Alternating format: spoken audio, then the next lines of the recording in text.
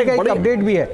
उमर अब्दुल्ला अपनी दोनों सीटें से आगे चल रहे हैं, महबूबा मुफ्ती की बेटी पीछे चल रही है, इल्तिजा मुफ्ती। हाँ, जवाब दे दीजिए, उसके बीजेपी का भी रुख करूंगा। अनिल चौधरी साहब, रेवेन्यू है कहाँ पे, ये भी पूछा जा रहा है। जीएसटी आने के बाद तो ये चैलेंजेस बढ़ गए।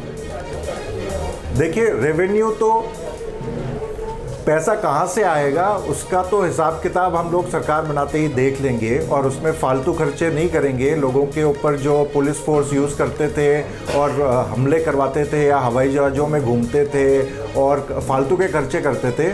सोशल सिक्योरिटी की बात आप कुल मिलाकर कर रहे हैं, तो सोशल सिक्योरिटी में हमने वादा किया है कि 25 लाख रुपए का हेल्थ का बीमा देंगे, 6,000 रुपये की पेंशन देंगे और वृद्धों को, और भी जो आप प्लॉट्स की बात कर रहे हैं 100 गज के 50 गज के, तो ये आज से नहीं है। आपको ध्यान में होगा, चाहे हमारी यूनियन में गवर्नमेंट रही हो यूपीए के टाइम पे, तब भी हमने सोशल सिक्योरिटी स्कीम्स जो थी वो किस तरह से एग्जीक्यूट करी थी, उनके कानून बनाकर। नहीं, लेकिन अखिल जी जो बात यहाँ पर एनके सर कर रहे थे या जो बात यहाँ पर मनोज सर कर रहे थे, हरियाणा के पड़ोस के आपने मैनिफेस्टो में अगर कोई भी वादा किया है वो जुमला तो नहीं है, क्योंकि आप जिस तरह से कह रहे हैं कि देख लेंगे, जुमला नहीं, वो ये तो वाला नहीं, तो फिर देख लेंगे, ये एटीट्यूड तो कुछ अलग दिखा रहा है, अलग बता रहा है। ये आपने उम्मीद नहीं की थी, देख लेंगे, मतलब हम पॉजिटिव पूछ रहे हैं वो। ये तमाम इफ एंड बट, ये तमाम प्रोस एंड कॉन्स तो आपने पहले सोचे होंगे ना, तभी तो मैनिफेस्टो का हिस्सा उसको बनाया होगा, मैनिफेस्टो में उसको शामिल किया होगा।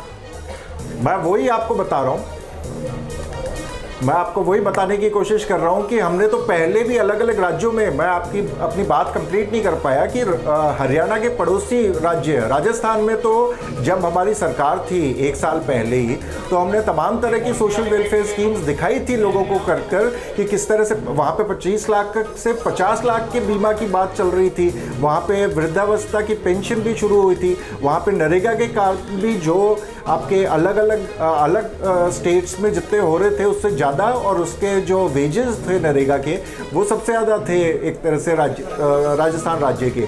तो कांग्रेस रूल जितने भी स्टेट्स हैं वहाँ पे ऑलरेडी सोशल वेलफेयर की स्कीम्स, आप अभी कर्नाटक के अंदर नई नई हमारी योजनाएं आ रही हैं, तो उसी तरह से हरियाणा कि जो गति धीमी हो गई थी भारतीय जनता पार्टी के राज में, हमारी कोशिश ये है कि उसको वापस से कर देंगे, और जो भी मैनिफेस्टो में वादे किए गए हैं वो 100% पूरे करे जाएंगे, उसमें कोई दो राय नहीं है। और वो किस तरह से होंगे, कौन सी लोग बाग एक्सपर्ट्स बैठेंगे, वो अभी ठीक है, हम उसके लिए थोड़ा सा वेट करते हैं, क्योंकि जनता है, जनार्दन है, वो सब जानती है। मनोज जी, एक प्रश्न मेरा आपसे है, अगर मैं हरियाणा के थोड़े से पीछे इतिहास को पलट के देखूं तो 5 वर्षों में यहाँ पे सरकार बदलती है, पब्लिक ने ऐसा दिखाया, लेकिन बीजेपी ने रिपीट टर्म किया, हैट्रिक मारने की कोशिश थी। ठीक है, इस चैलेंजेस के बीच में कांग्रेस फिर से रिवाइव की, लेकिन मैं 2 पार्टियों पर चर्चा करना चाहता हूँ, इस पर भी एक बार फोकस करना है। जेजेपी, दुष्यंत चौटाला, और दूसरी आम आदमी पार्टी, ये कहाँ है? देखिए, ऐसा है कि ये तो मेरे ख्याल से इस बारी कॉन्टेस्ट में इसलिए नहीं थी क्योंकि वहाँ की जो जनता थी हरियाणा की, उनके प्रति उनके बीजेपी के लिए काफ़ी ज़्यादा नेगेटिव फीलिंग थी, रोष था, जो एंटी इनकम्बेंसी थी।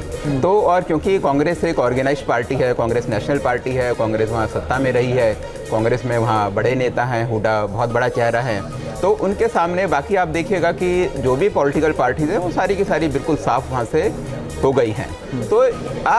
तो लेकिन अब फिर वापस कांग्रेस की जो गारंटी थी, अगर हम उस पर आएँ, कांग्रेस ने बोला था कि हिमाचल में वो ओल्ड पेंशन स्कीम लेकर आएंगे, आज तक तो वो लेकर नहीं आए, और हिमाचल में वहाँ के जो सरकारी कर्मचारी हैं वो आज की डेट में पूछते हैं कि भाई ये ओल्ड पेंशन स्कीम कहाँ है। और जो सोशल सिक्योरिटी की कर्नाटक में बात करते हैं, कर्नाटक में सोशल सिक्योरिटी जिस तरीके से इन्होंने गारंटी करी थी, जिस तरीके से इन्होंने वादे किए थे, उस तरीके से वहाँ है नहीं। और कर्नाटक की फिस्कल हालत आज की डेट में कोई बहुत ज़्यादा अच्छी नहीं है। तो हरियाणा में आज की डेट, और अच्छा एक और चीज़ था इनके मैनिफेस्टो में वो ये था कि 2 लाख लोगों को ये सरकारी नौकरियाँ देंगे।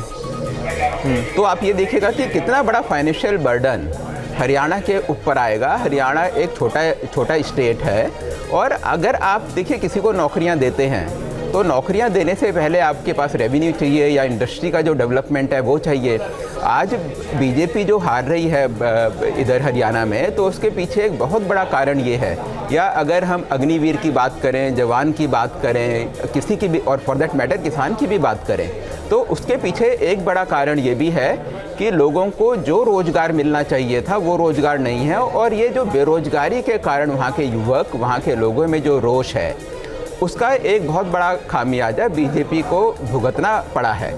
तो ऐसे में अब इनके साथ लोगों की उम्मीद है कि वो बेरोज़गारी दूर होगी, सोशल सिक्योरिटी देना। अब आप देखिएगा कि एक जो नया जो पॉलिटिकल ट्रेंड शुरू हुआ है पिछले 10 साल में, ख़ासतौर से आम आदमी पार्टी के आने के बाद, कि भाई ये भी आप फ्री दे दो, वो भी आप वो दे दो, फ्री दे दो, अनाज फ्री हो गया और हर महीने आपने इतना पैसा बैंक में डाल दिया। उसके पीछे कारण क्या है?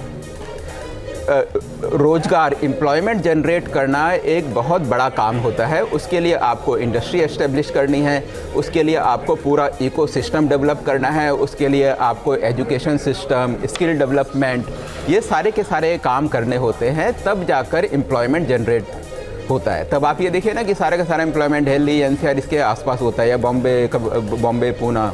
तो ये उसका रीज़न ये है, और ये बहुत लंबा काम है। तो इसके लिए शॉर्टकट ये है कि आप महिलाओं के खाते में 2000 रुपये हर महीना डाल दो, वो सबसे आसान काम है।